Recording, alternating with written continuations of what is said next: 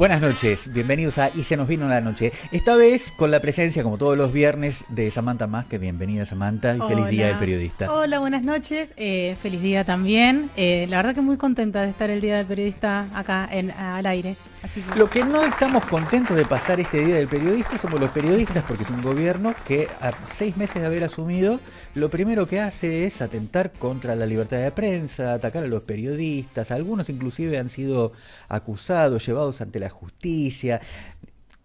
La verdad que eso no tiene destino. La justicia no va a decir que un periodista que opina está cometiendo un delito. Eso no va a ocurrir nunca. Además, en la Argentina están para los periodistas anuladas la legislación de desacato, por ejemplo, al presidente, a la figura del presidente. Así que lo que no entendemos es por qué tiene esta obsesión, este tipo de obsesión. Yo aprovecho para saludar, si me están escuchando, a mis excompañeros de trabajo de la televisión pública. En su momento también el ataque a los periodistas que les incomodaban, que llevaba adelante el macrismo, que tenía por lo menos cierta prolijidad, hasta el día que me echaron a mí. Cuando me echaron a mí, lo hicieron mientras estaba cumpliendo una licencia médica. Fue un hecho muy traicionero. Lamentablemente también tengo que decir que a 2 meses de ese incidente, el gobierno de los Fernández, en lugar de reincorporarme, me obliga a hacerle juicio, con lo que queda demostrado que la mirada crítica no les gustaba a ninguno de los dos, ¿no? Pese a que alguno dirá, pero vos sos peronista. Sí, claro, lo que pasa es que los Fernández no estaban haciendo un gobierno peronista tampoco. Y como lo dije desde el primer día, es probable que se hayan sentido un poquito molestos. Así que todos aquellos, y ustedes imagínense, 25 años trabajando en la televisión pública. ¿Sabe la cantidad de políticos que he conocido y que he entrevistado en mi vida? ¿Sabe la cantidad de compañeros peronistas que entrevisté y con los que tuvimos acciones en común, actividades?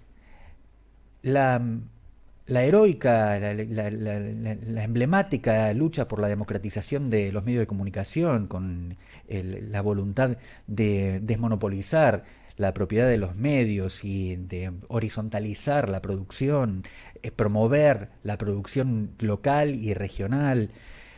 Durante los debates por la ley de medios, bueno, para mi sorpresa, durante los 4 años de Fernández, muchos de ellos, otros han sido muy solidarios, pero tenían poco poder realmente, me dejaron tirado. Hoy mis compañeros de la televisión pública se encuentran en un estado análogo al que yo viví en octubre del 19, y probablemente con la misma angustia y con la misma ansiedad que durante los años de los Fernández, que me tocaron transitar mientras avanzaba el juicio, que todavía espero que tenga una resolución. Por lo menos tenemos el aliciente de que siguen cobrando sus sueldos, pero tienen una promesa de aniquilación del canal público, del mismo que tiene una promesa de aniquilar a la agencia Telam. Hay una cosa muy obsesiva que tiene el gobierno para con los periodistas. Habla de los periodistas como ensobrados, pero tiene periodistas favoritos. No sabemos cómo es que los convence. Probablemente estén enamorados de la figura del presidente y probablemente no le vean ninguna falla, ninguna mella, ninguna falta en la lógica. Pero es muy llamativo que el buen trato que tienen, y algunos precisamente de mimo, los periodistas. Pero es lo mismo que pasa con la clase política. Escuchamos al presidente hablar con una periodista de Free Press y decirle que él estaba orgulloso de ser el topo en el Estado porque era como estar infiltrado en las filas del enemigo. Fíjense que esto la prensa lo destaca, pero la prensa no tiene ningún poder para ponerle límite al presidente. Sin embargo, la República, que se consolida en una letra magna que es la Constitución, declara con mucha contundencia qué es el Estado. Y el Estado, además del garante de los derechos, además del responsable del bienestar de la comunidad, el Estado es patrimonio del pueblo.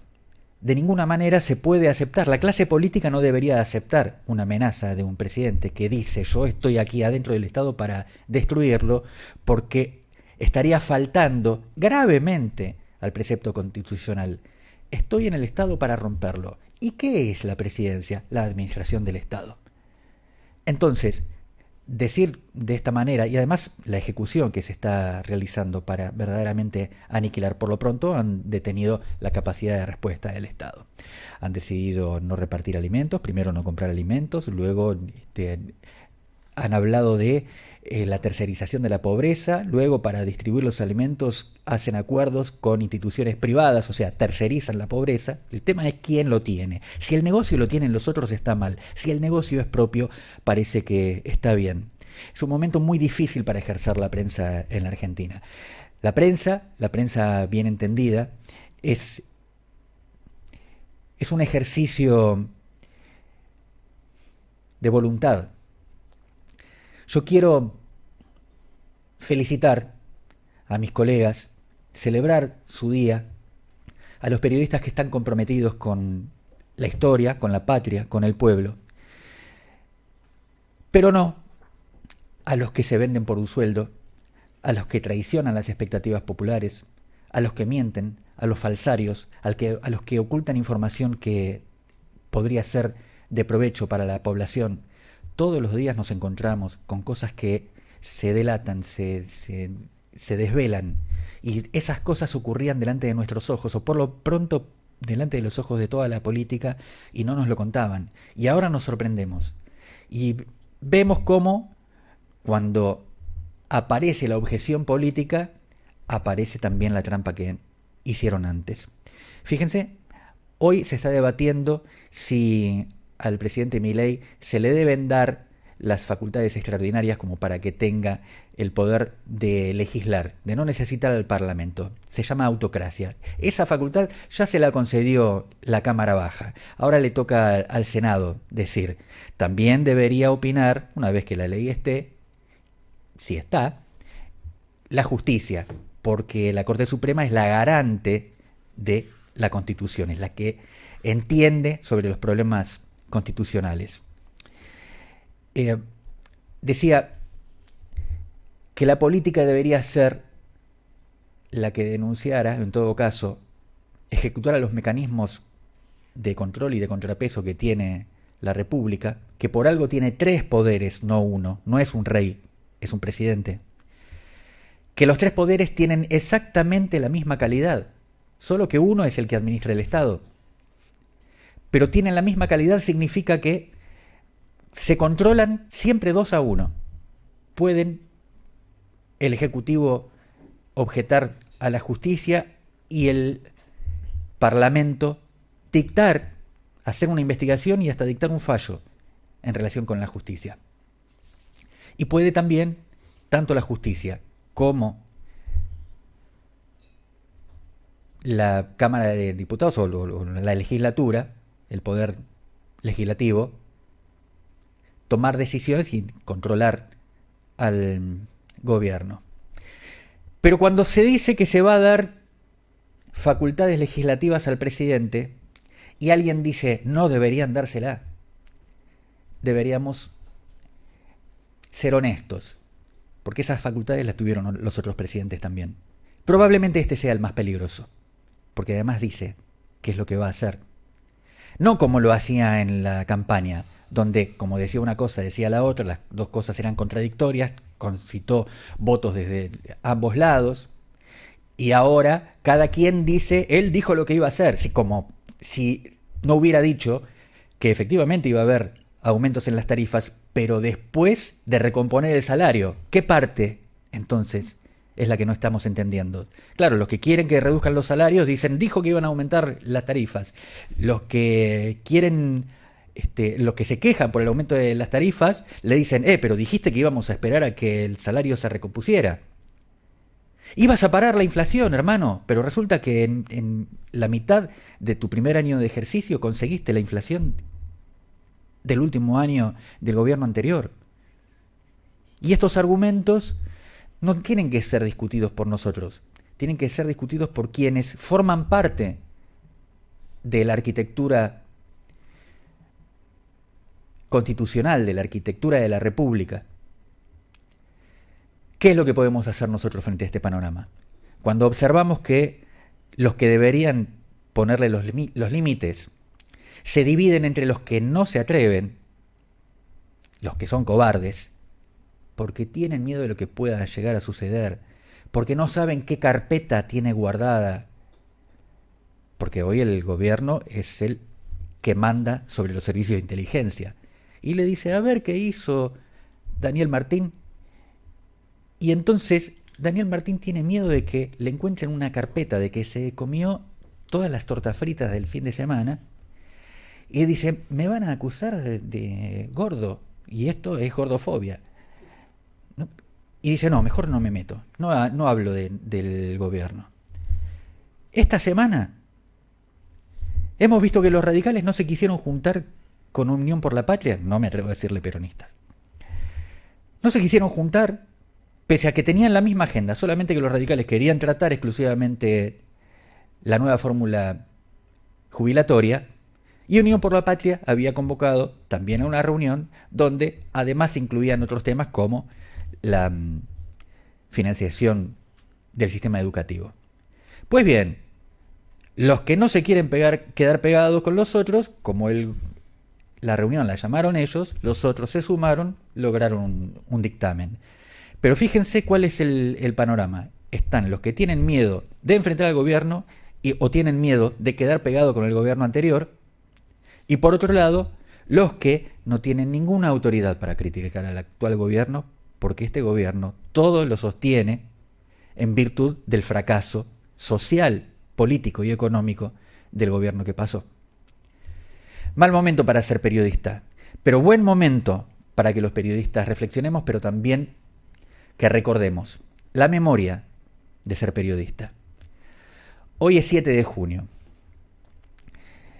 El Día del Periodista había sido el 25 de marzo, cuando se aprobó la primera legislación sobre la prensa en la Argentina, el Estatuto del Periodista. Fueron los periodistas los que eligieron, ahora que tenemos derechos, este es el Día del Periodista. La dictadura, mucho después, porque fue la dictadura de Videla, decidió que no, que había que recordar la Gaceta de Buenos Aires y había salido presuntamente el 7 de junio. Digamos, se había impreso el 7 de junio, sí, o había circulado. Probablemente es lógico elegir esa fecha como el inicio de la prensa argentina. Pero tuvo esta intención, en el fondo, de ponernos a litigar entre Mariano Moreno, con quien no tenemos ningún problema, al contrario, es un digno exponente del ejercicio del periodismo, y los derechos del periodista, o los derechos de los periodistas, los que un día, 25 de marzo de 1946, se encontraron como que eran reconocidos como trabajadores, y además que su actividad estaba por fin protegida. Formó parte del primer andamiaje de reconocimiento de derechos laborales en la Argentina. De hecho, en 1947, Perón presenta toda la estructura de protección de los derechos del trabajador. Y lo hace en la Argentina.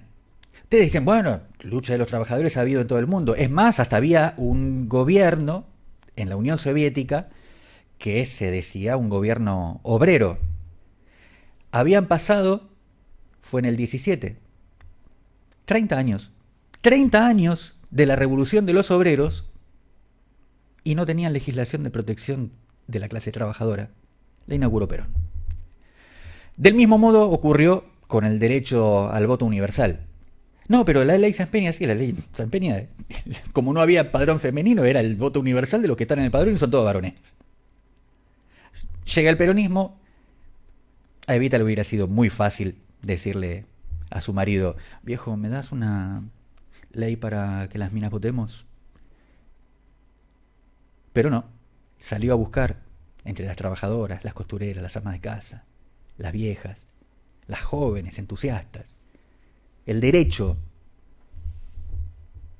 a opinar respecto del gobierno, y cambió la historia para siempre.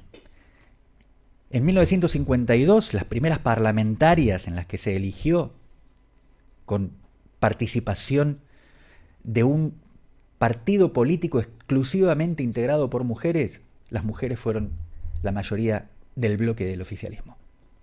Esa proporción no se la alcanzó nunca más, ni siquiera con estas leyes de cupos que instalaron ahora. Los periodistas hemos sido testigos de todo este tiempo y hemos sido privilegiados a ser reconocidos al principio para que pudiéramos contar la historia, y ahora resulta que estamos reemplazados por publicitarios que en realidad muchos de ellos, en lugar de prensa, lo que hacen es relaciones públicas, como decía George Orwell. Orwell decía: periodismo es hacer público algo que a alguien le interesa que no se sepa. El resto es relaciones públicas. Y hoy vemos que ni siquiera relaciones públicas, definitivamente marketing. De lo contrario, no podría haber un grupo de improvisados llegando, mediante artilugios de marketing, a administrar una nación y no saben qué hacer con ella. Y no estoy hablando solamente de corrupción, estoy hablando que en una de esas la corrupción se los llevó puestos porque no saben cómo pararla tampoco, no saben administrar nada. El presidente, especialista en crecimiento y economista, como él mismo se declara, no ha administrado un kiosco. Ha sido el asesor en materia contable de empresas y ha dado algunas conferencias y ahora espera dar más conferencias porque dice que va a tener que ir a buscar laburo. Probablemente no crea que ser presidente sea un laburo, es una tarea para alguien más. No sabemos entonces quién le paga el sueldo o quién le dio permiso para que el sueldo se lo paguemos los argentinos.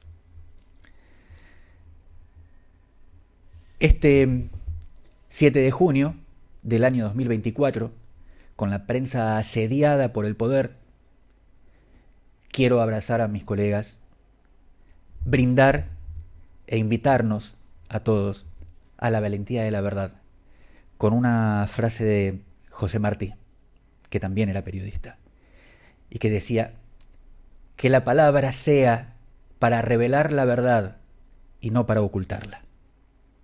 ¿Me das una cortinita, Dani?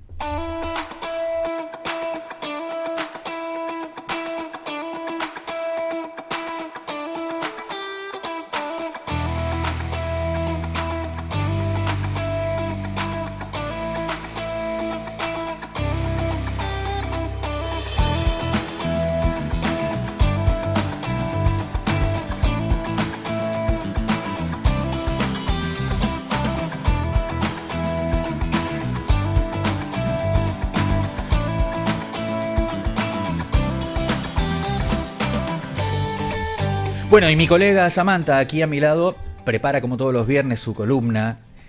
¿Y qué es lo que nos trajiste hoy? Hoy lo que traje es la continuidad de mi ausencia, en realidad, ausencia-presencia del viernes pasado, que les dejé un pequeño relato sobre quién era, y develamos ese misterio de quién era la madre de nuestra patria. Así que hablamos en ese momento de María Remedios del Valle Rosas. Me gusta mucho poder decir María Remedios del Valle Rosas, porque bueno, ella quiso agregarse su apellido, en su apellido, el apellido del general Rosas, y me parece que respetar las voluntades de nuestros ancestros es muy noble y es parte de la tarea.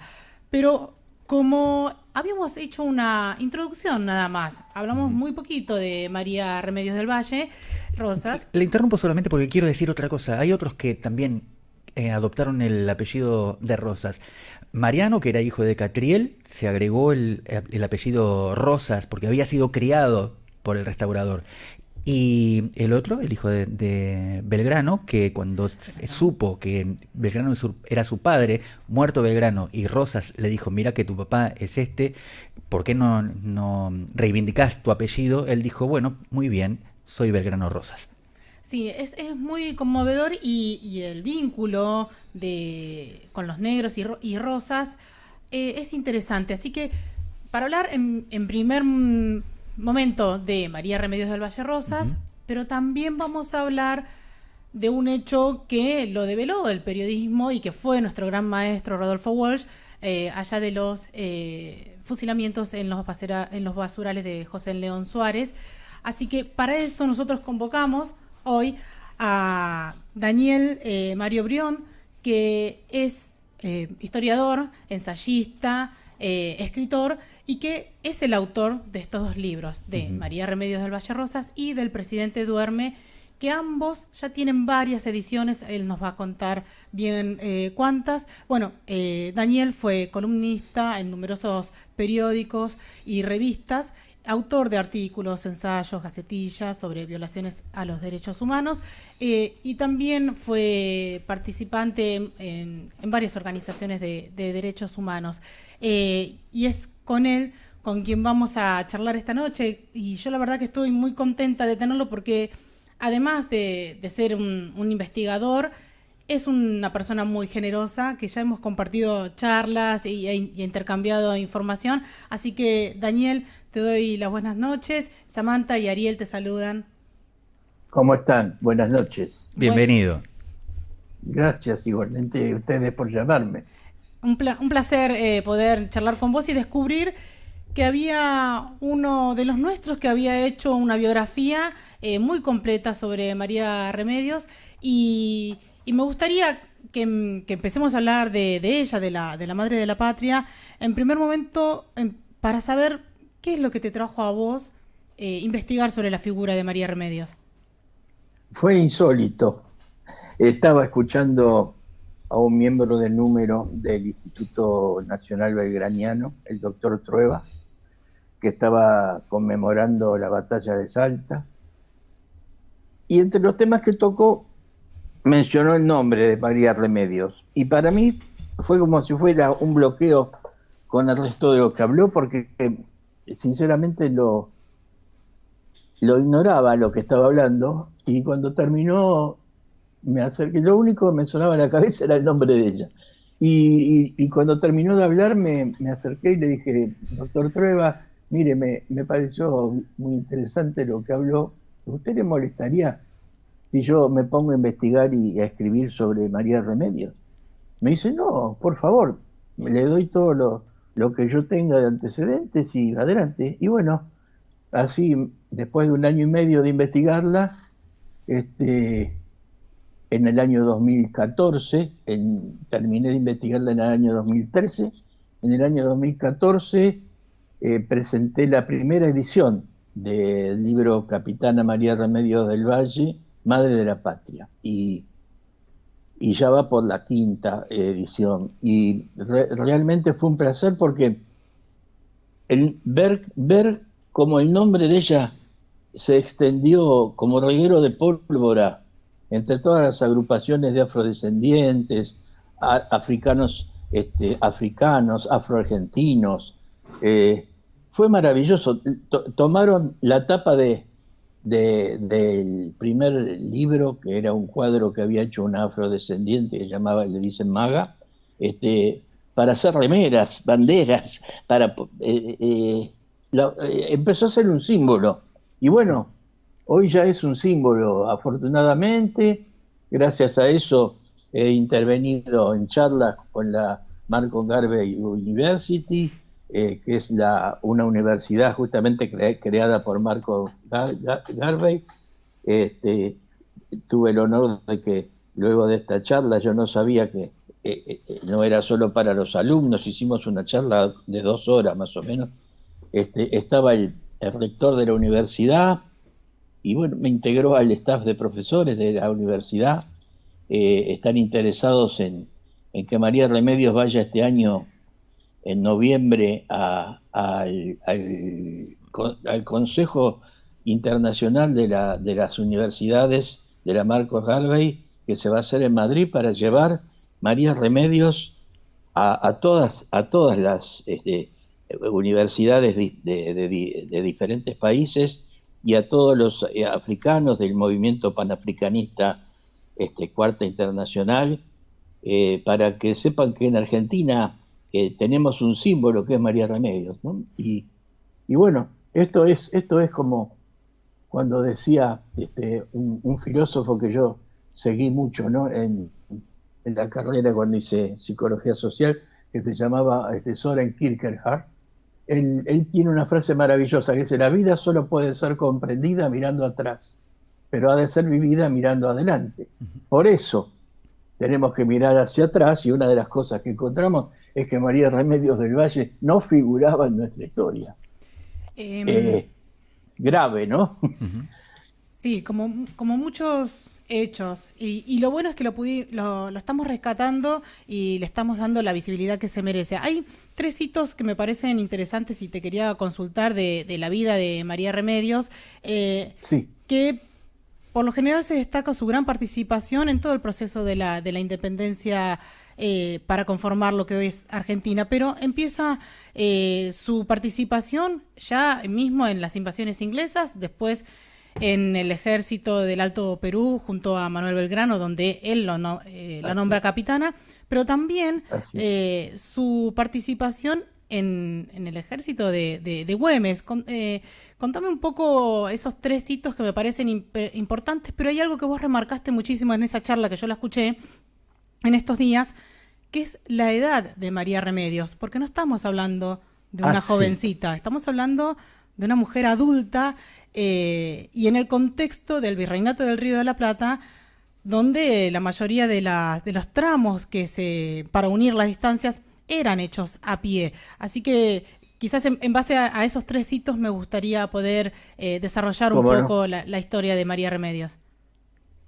Primero, para que se den una idea a los oyentes, que les va a ser más familiar, en el diario del general Belgrano, cuando va hacia Rosario, lugar donde él enarbola por primera vez la bandera, y él va marcando día por día la jornada de marcha para llegar a Rosario, son 15 días, saliendo del puerto de Buenos Aires hasta Rosario, 15 días. Algunos generales, coroneles u oficiales de alto grado iban a caballo. Alguna de la tropa, que no era mucha, de los soldados uniformados, iban con uniforme. El resto iban con la ropa que tenían, descalzos o en uyuta, que es esa hojota hecha con paja, o con lo que fuera. Los caballos, los carruajes, que no iban montados por los de alto rango, iban llevando municiones, carretas, cañones, armas. 15 días a Rosario, imagínate hasta el Alto Perú. Sí. Cuando salieron de Buenos Aires en la primera campaña, que es la que manda la primera junta en la expedición al interior, ¿no? Que después sigue hasta el Alto Perú para juntarse con Belgrano en la campaña del Alto Perú.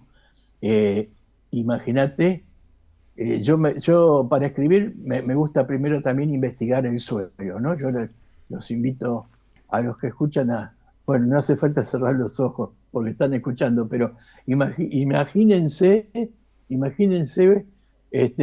una mujer con la edad que tenía María Remedios, 40 años, caminando, vaya a saber si tenía algún calzado, no lo sabemos, con sus pesadas ropas, no estaba esta marca norteamericana de outdoor, como le dicen ahora. Iban con polleras, con enaguas, con casacas de paño, cargando quizás algún armamento. En el calor del invierno y en el frío, en el calor del verano y en el frío del invierno, caminando igual. Así hasta el Alto Perú, para que se den una idea. Cuando salieron en 1810, un 7 de julio, iniciaron la marcha hacia el norte, ella ya tenía 43 años. 20 de junio de 1810, acompañada por su esposo y sus 2 hijos. Su esposo, después de que se escapa de la casa de quien era su esclavizador, ¿no? Que no lo pasamos por arriba porque no tenemos tiempo, pero ella era hija de una esclavizada de la casa de un español que, como siempre sucedía, de los pueblos a las mujeres de los pueblos originarios o a las afro que venían esclavizados desde sus tierras, los señores españoles de poder económico como para comprarlos, para esclavizarlos, terminaban violando a estas mujeres, porque no eran muchas las mujeres que venían con los españoles a estas tierras. Y bueno, de esos hijos que nacían, por supuesto, tenían esclavizados gratis, digamos. Y cuando la madre de María Remedios muere, ella se va de la casa, y ahí es donde se conoce con el sargento del ejército, del escuadrón de castas del ejército Pardos y Morenos, y forma la familia que se integra por un hijo que tenía él ya y por un hijo que tiene con ella. Bueno, con esos tres, con 43 años ya, parte en la marcha que estamos hablando, ¿no? Pasa por todo, no vamos a contar la historia de cuando bajan, pasa por el éxodo jujeño, pasa por la batalla de Tucumán, es testigo de cuando le dicen a Belgrano que no defienda a Tucumán y que vuelva, que Belgrano que se les niega, que dice, solo oigo al pueblo y a la patria, y esto, si me muero, he de morir con honor defendiéndolo. Bueno, en esas batallas y en las derrotas y en los triunfos, como lo que pasó en Vilcapugio y Ayohuma ya en 1813, María Remedios es nombrada por el general Belgrano capitana del ejército, y ya toda la tropa la conocía como la madre de la patria. Acá, cuando pasa esto de Vilcapugio y Ayohuma, el 31 de septiembre y 14 de noviembre del 13, tenía 46 años ya, María Remedios. ¿Se acuerdan que salió con 43, no? Uh-huh. Tenía ya 46. Y por eso me da gracia cuando muchos historiadores, y con todo el respeto que me merecen, todos los que están tratando de escribir sobre el tema, las niñas de Ayohuma. La niña tenía 47. Claro, una señora hecha, una mujer hecha. La niña, lo que yo me planteo es, la llamaban niña en forma despectiva porque era negra, uh-huh, como le dicen los norteamericanos boy a los negros, porque no era ninguna niña. Y también los errores que incurren, ¿no? Unos dicen que era ella con su hija y otra más. Acabamos de decir que no tuvo hija, tuvo hijo. Dos que se le murieron, junto con su marido. Otros dicen que era ella y su tía.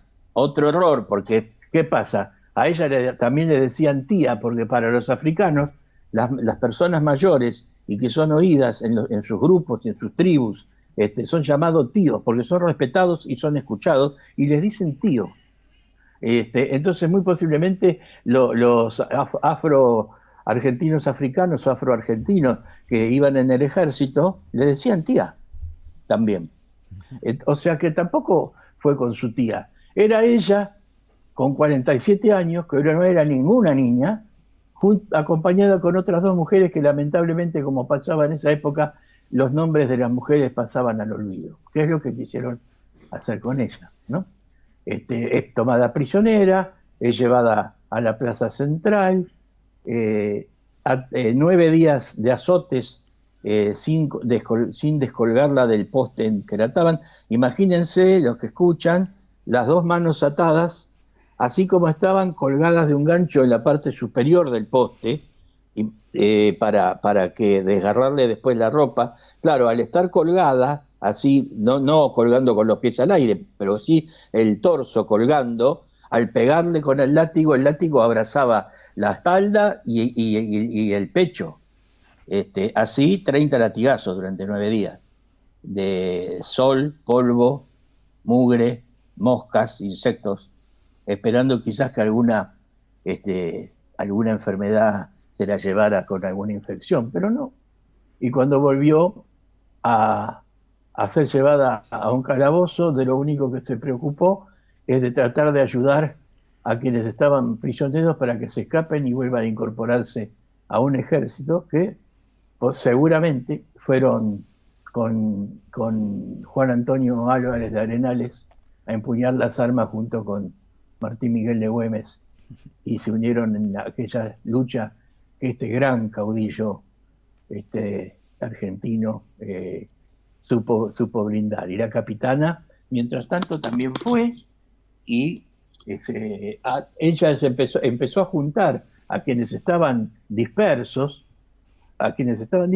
y se unió en la batalla, organizando a los que estaban dispersos para acompañar a Arenales y a Güemes, y peleó también esa batalla.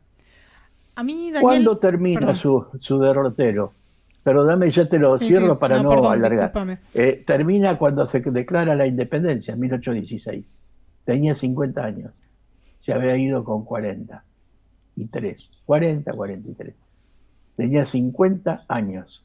Y en ese momento recién empieza a caminar para volver a Buenos Aires, que la rechaza, en la que tiene que vivir como mendiga, hasta que después, bueno, pasa una serie de peripecias que no nos da el tiempo para contar todo, ¿no?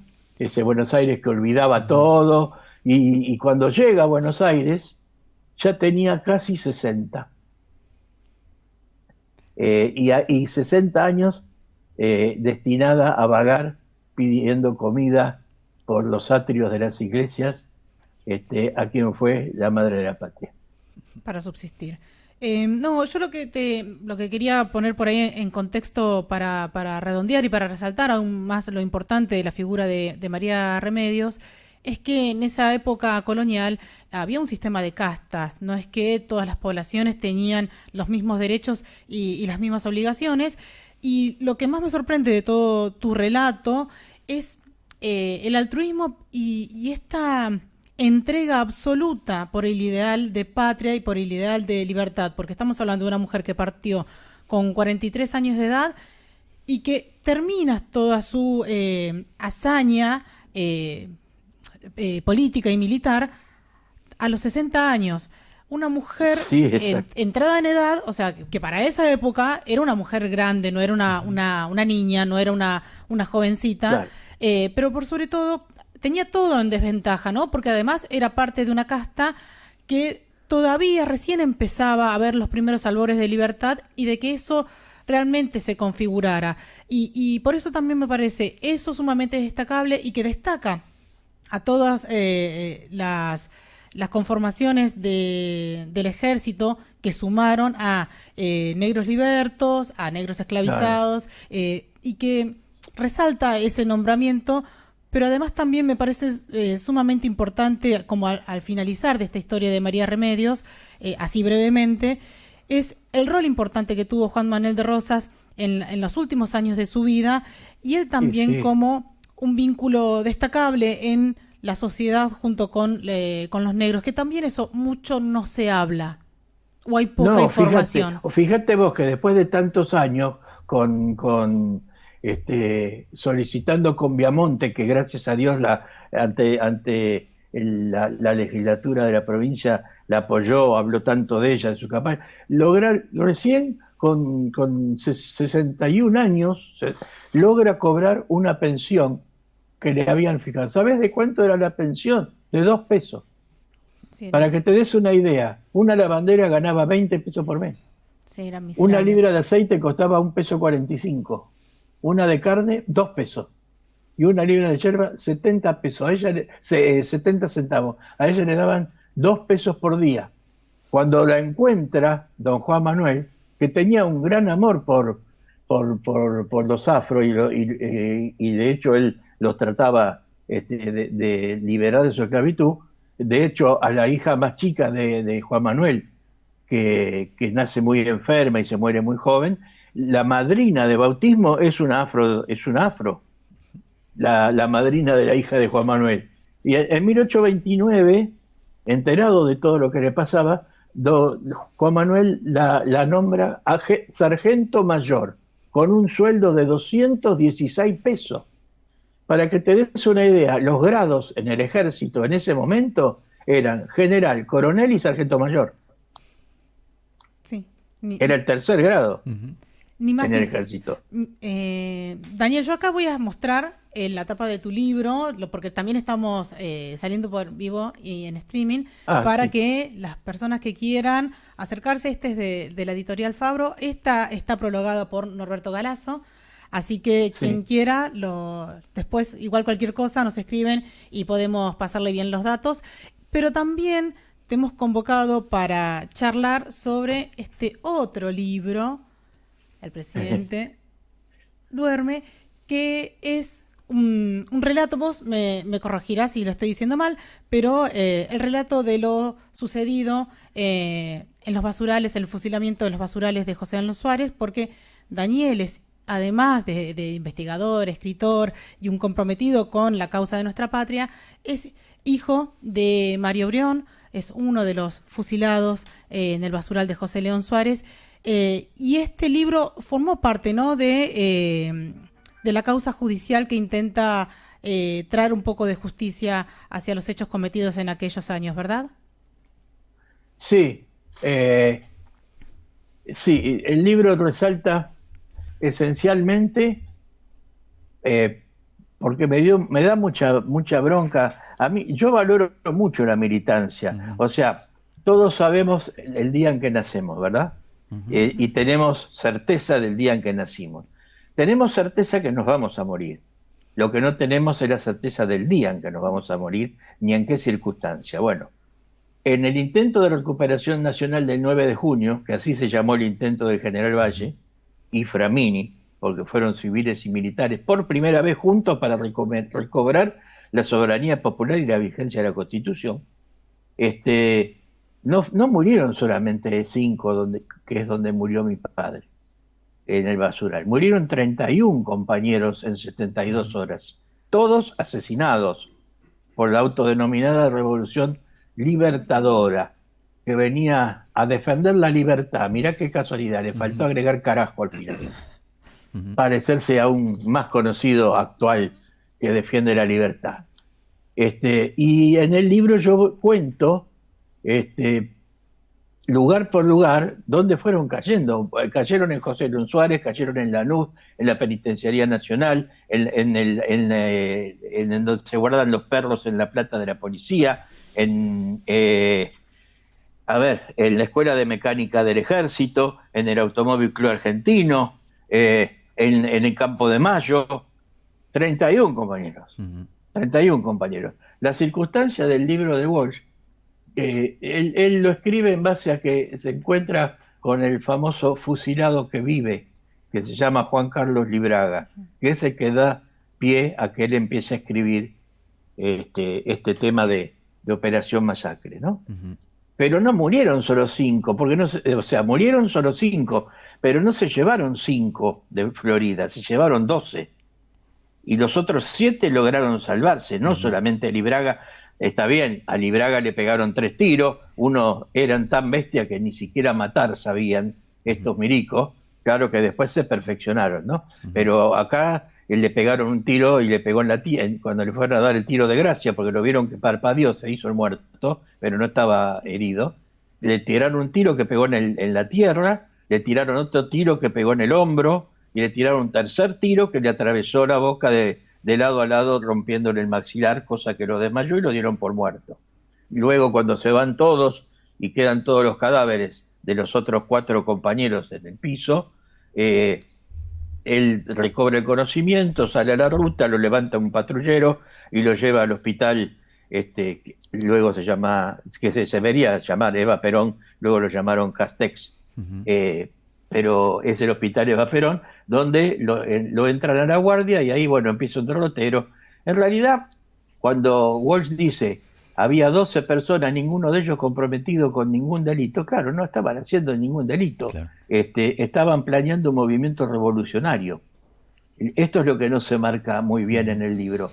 El libro marca muy bien desde que ellos son llevados hasta que son asesinados, pero no marca por qué estaban ahí, porque los 12 estaban comprometidos. De hecho, varios de ellos estaban prófugos de la justicia, porque los habían ya arrestado antes por repartir panfletos, porque uno era ferroviario y estaba en la lucha con sus compañeros ferroviarios, el otro era portuario y estaba en la lucha con sus compañeros portuarios, otro se había escapado de varias veces de que lo estaban llevando preso, hasta que una vez le amenazaron que le iban a matar a la hija para que se entregue. Y el otro error es llamarlo fusilamiento.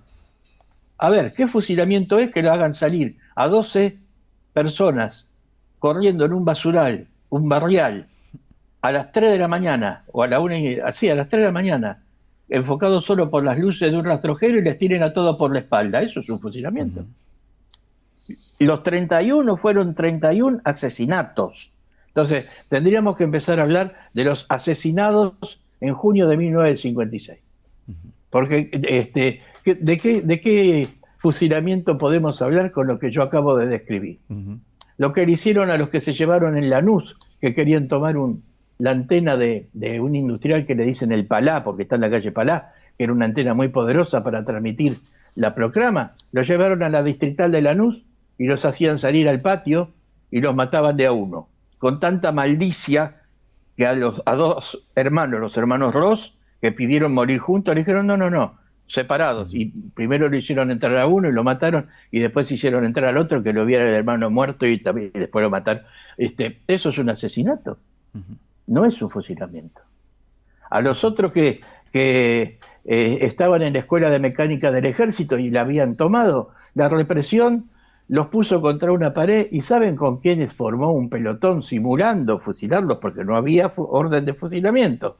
Estaba la ley marcial, pero no había orden de fusilamiento.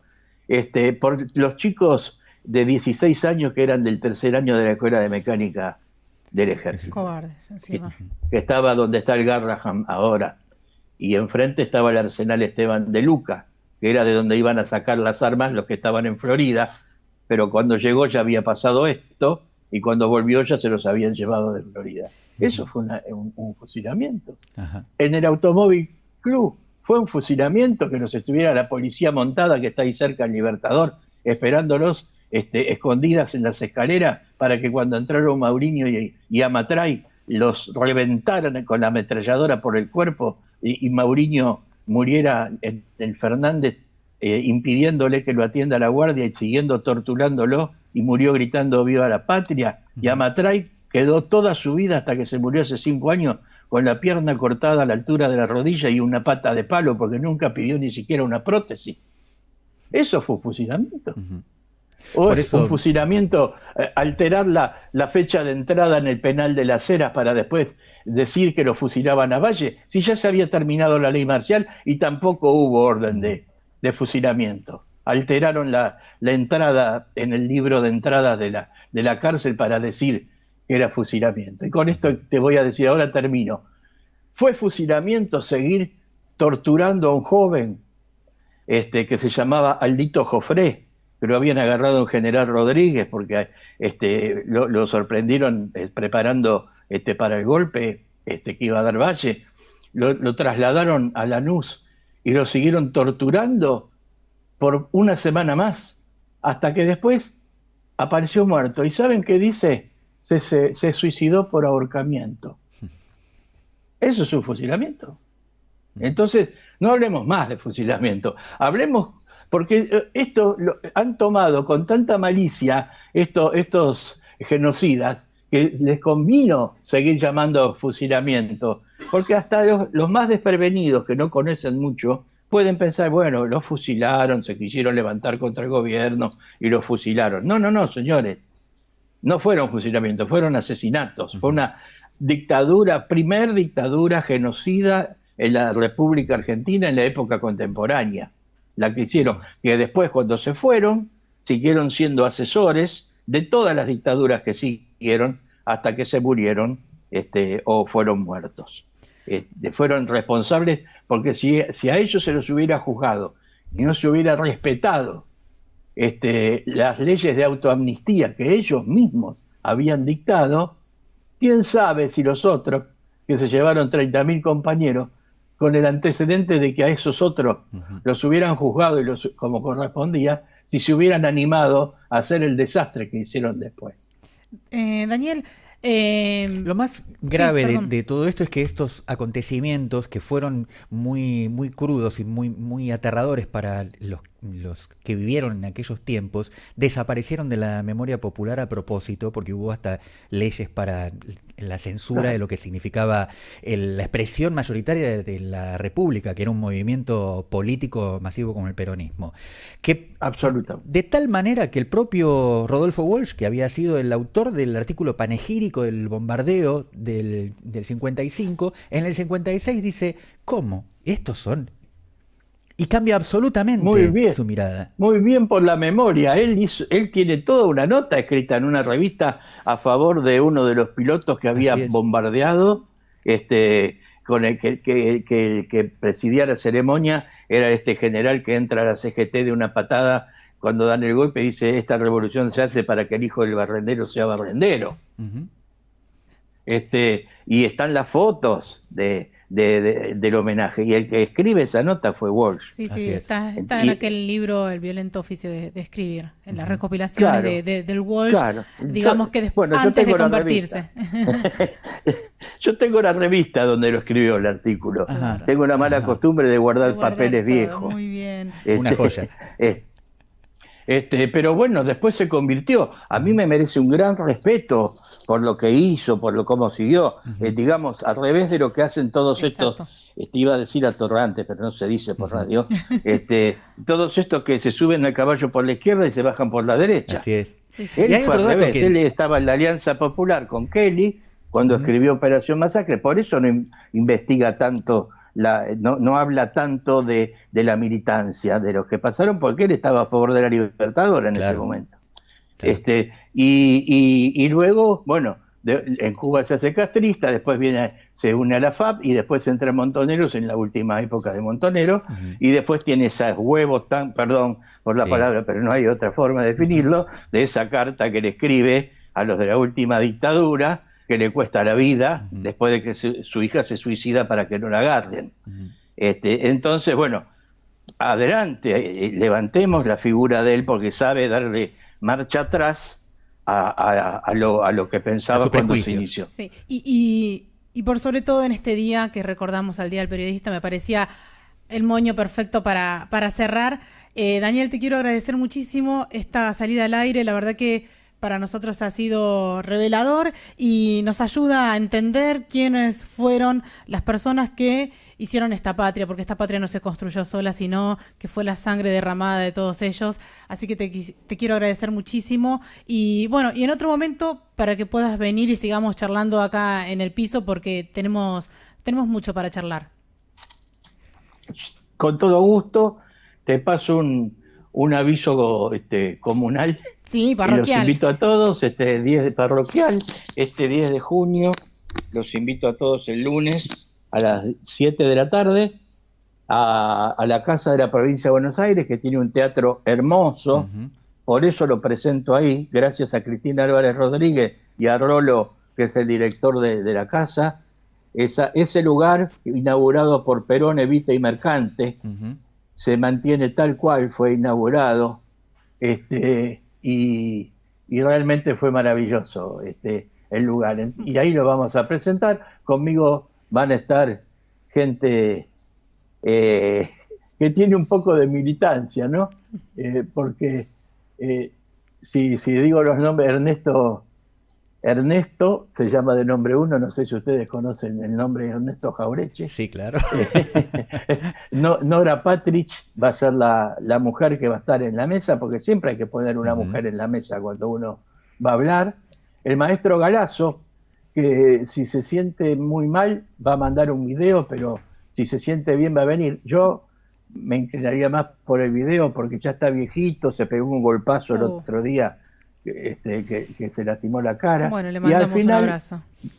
Y al final va a haber una sorpresa, que es la verdadera transición generacional, porque me encontré en un acto hace un año con la nieta de Carranza, asesinado en el basural, militante, y le pedí que ella cierre el acto leyendo la lista de todos los asesinados, y va a venir ella, que es la continuación de nosotros cuando nos subamos al Comando Celestial y estemos mirando todo desde arriba, que no debe faltar mucho, y ya tenemos la tranquilidad de que hay sangre con los genes necesarios y lo que hay que tener necesario de militancia para seguir llevando adelante todos estos recuerdos que son imprescindibles para que no nos pase lo mismo de elegir a un neurótico como presidente de la nación. Así cerramos entonces, Daniel. Discúlpenme la frase. Por favor. ¿No? Muchas gracias por haber hablado con nosotros, gracias por esclarecer. Te digo que también celebro que sea en esa fecha, el 10 de junio, cuando conmemoramos los derechos soberanos de Argentina sobre Malvinas, o sea que va a ser una verdadera reunión de patriotas. Desde acá te acompañamos. Así va a ser. Y nosotros, a ustedes, a quienes nos están escuchando, los esperamos el próximo lunes, como siempre, de lunes a viernes, de 21 a 22, aquí en FM Cristal.